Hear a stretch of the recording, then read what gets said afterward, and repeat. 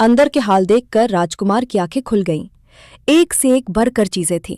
रात भर राजकुमार राजकुमारी के साथ रहा। जैसे ही दिन निकलने को आया कि राजकुमारी ने राजकुमार को छिपा दिया और रात होने पर फिर बाहर निकाल लिया। इस तरह कई दिन बीत गए। अचानक एक दिन राजकुमार को अपने मित्र की याद आई। उसे चिंता हुई कि पता नहीं उसका क्या हुआ होगा।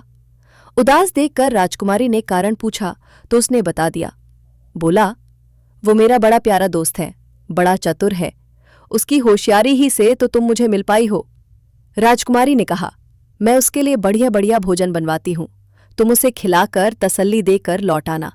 खाना साथ में लेकर राजकुमार अपने मित्र के पास पहुंचा। वे महीने भर से मिले नहीं थे।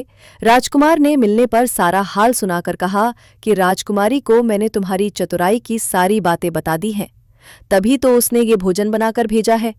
दीवान का लड़का सोच में पड़ गया। उसने कहा, ये तुमने अच्छा नहीं किया।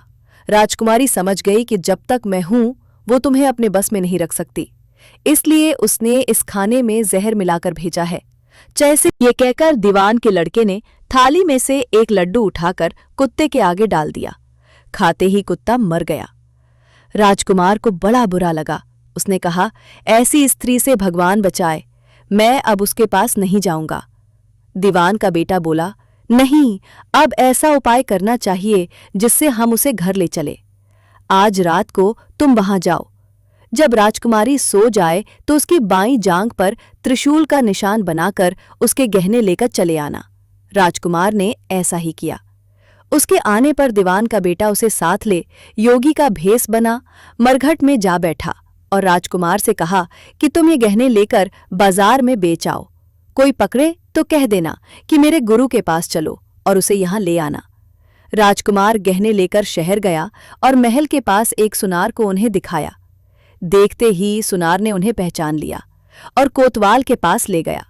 कोतवाल ने पूछा तो उसने कह दिया कि ये मेरे गुरु ने मुझे दिए हैं। गुरु को भी पकड़वा लिया गया। सब राजा के सामने पहुंचे। राजा ने पूछा, योगी महाराज, ये गहने आपको कहाँ से मिले?